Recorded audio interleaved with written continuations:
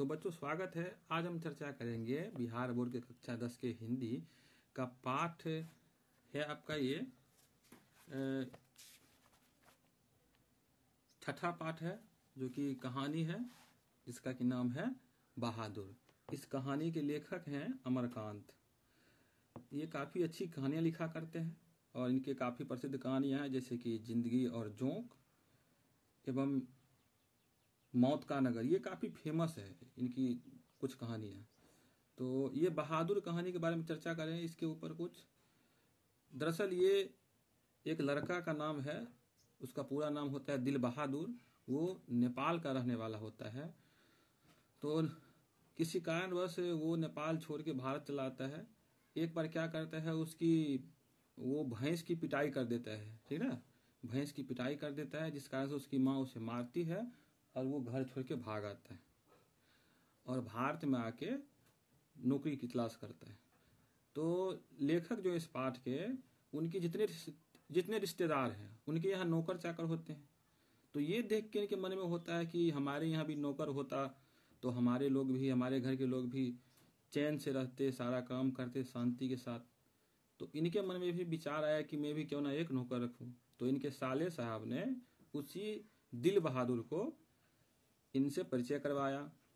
तो ये उसे रखने के लिए तैयार हो गए। घर के सारे लोग काफ़ी खुश थे और सोच रहे थे अब तो नौकर मिल गया है तो अब सारा काम करेगा। अब दिल बहादुर करता भी था, अच्छा काम करता था। निर्मला ने क्या किया, उसके नाम से दिल शब्द हटा दिया, सिर्फ उसका नाम बहादुर रख दिया। अब सभी लोग आराम से रहने लगे। कोई भी काम होता तो बहादुर को पुकारा जाता, बहादुर आता और काम कर देता। निर्मला भी खुश रहती थी, उसका तबीयत भी ठीक हो गया था।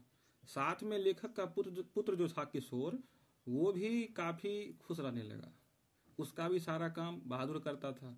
वो देह की मालिश भी करवाता था बहादुर से, साइकिल की सफाई भी करवाता था और थोड़ा सा रौब में रहने वाला लड़का था वो। तो शुरू में तो बहादुर के साथ सभी प्यार से रहते थे, प्रेम से बात करते थे। लेकिन धीरे धीरे इन लोगों के व्यवहार में परिवर्तन आना चालू हुआ। और एक दिन क्या हुआ कि किशोर की साइकिल इसने साफ नहीं की बहादुर ने, जिस कारण से किशोर ने इसे काफ़ी मारा पीटा। और ये इसके माँ बाप को भी गालियाँ दी। बाप को गाली देने पर ये काफ़ी उदास हो गया, क्योंकि दिल बहादुर का जो पिता था वो युद्ध में मारा गया था, ठीक। तो अपने बाप की गाली को बर्दाश्त नहीं कर पाया और उसने इसकी साइकिल साफ नहीं की।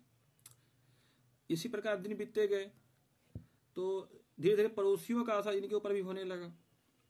एक महिला ने निर्मला को सलाह दी कि नौकर चाकर को पतली पतली रोटियां बना के नहीं खिलाया करो, उसका मन बढ़ जाएगा।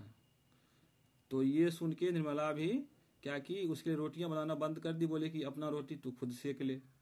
इस बात का भी बेचारे को तकलीफ हुआ। तो ये सारी बातें लेखक को पता चलती थी, लेकिन लेखक के ऊपर भी और भी जिम्मेवारियां थी, जिस कारण से वो थोड़ा सा शांत रह जाता था, चुप रह जाता था लेखक। दिन बीतते गए। अचानक एक दिन हुआ क्या कि लेखक के घर में उनके रिश्तेदार आए और रिश्तेदार जो थे वो थोड़े से कंजूस स्वभाव के लोग थे।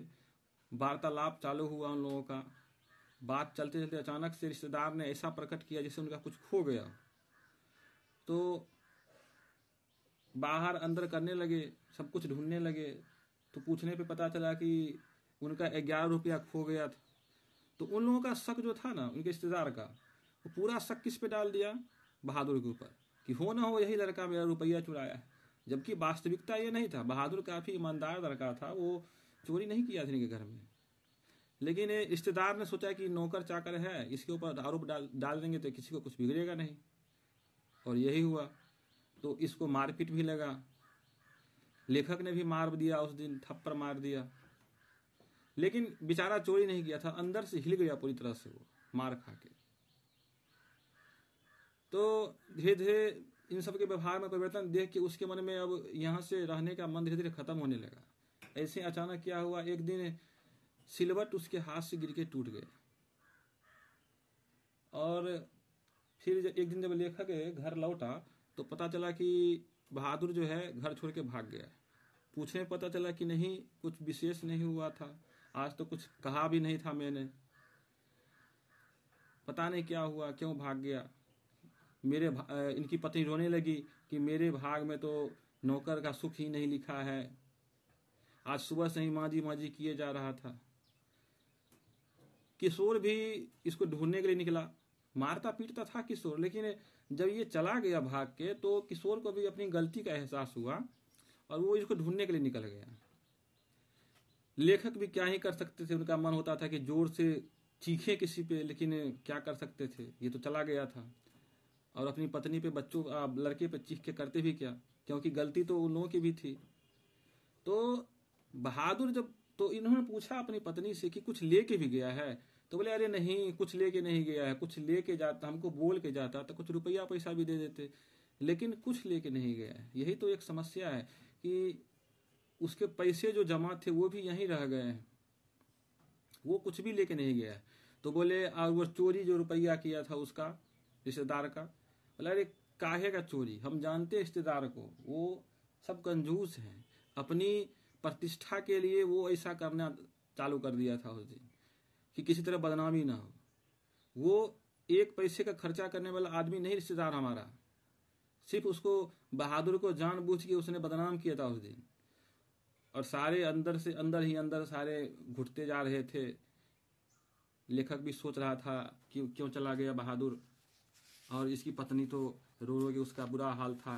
किशोर भी बोल रहा था कि अगर एक बार आ जाता तो मैं उसे माफी मांग लेता, उसको फिर कभी नहीं जाने देता। तो यही आपका कहानी है, जो कि काफी इमोशनल कहानी है। इसके प्रश्नों के ऊपर चर्चा करेंगे हम। बहादुर कहानी के लेखक कौन है, तो इसका उत्तर होगा अमरकांत। बहादुर का पूरा नाम क्या था, इसका सही उत्तर होगा दिल बहादुर। बहादुर कहाँ रहने वाला था, तो बहादुर जो था वो नेपाल का रहने वाला था। चौथा क्वेश्चन, निर्मला कौन थी, कहानीकार की पत्नी। लेखक के पुत्र का क्या नाम था, किशोर। छठा क्वेश्चन, बहादुर के पिता की मृत्यु कैसे हुई थी, तो इसका उत्तर होगा युद्ध में। सातवां क्वेश्चन, 11 रुपये खोने का प्रपंच किसने रचा, इसका उत्तर होगा रिश्तेदार ने। भैंस की पिटाई किसने की थी, तो भैंस की पिटाई बहादुर ने की थी। बहादुर अपना घर छोड़कर क्यों भागा, माँ की पिटाई के कारण भागा था। बहादुर लेखक के घर से अचानक क्यों भाग चला गया, तो स्वयं के प्रति लेखक तथा उसके घरवालों के व्यवहार में आए परिवर्तन के कारण। वीडियो पसंद लाइक कर, चैनल को सब्सक्राइब जरूर कर।